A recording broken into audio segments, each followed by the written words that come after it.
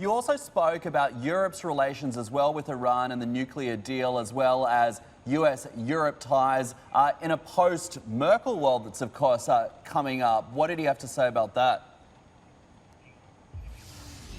I did indeed, and you'll remember, of course, that the Secretary of State was supposed to be right now traveling to meet his counterparts in Russia, Sergei Lavrov, and of course President Putin as well. And he decided to take a bit of a detour and head to Brussels, where the E3 are meeting.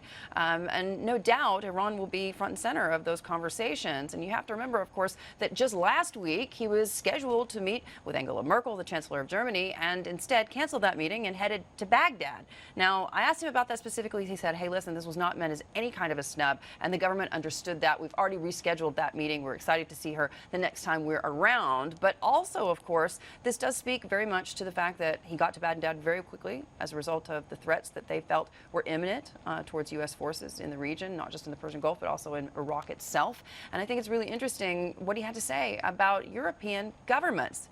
Frankly, that European corporates understand this better than the governments. Listen in.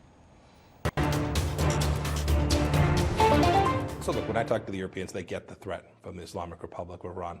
On the nuclear file, they entered into agreement and they've taken a different path. President Trump made the right decision to withdraw. It was the right decision for America. They've made the sovereign choices for their nation.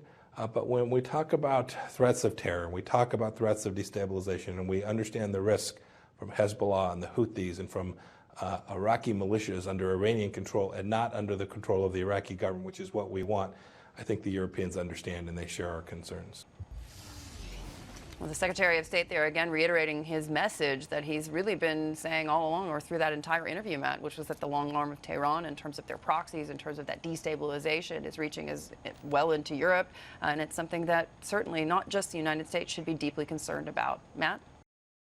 Hey everybody, it's Hadley Gamble from our new CNBC Middle East Bureau in Abu Dhabi. Thanks for stopping by.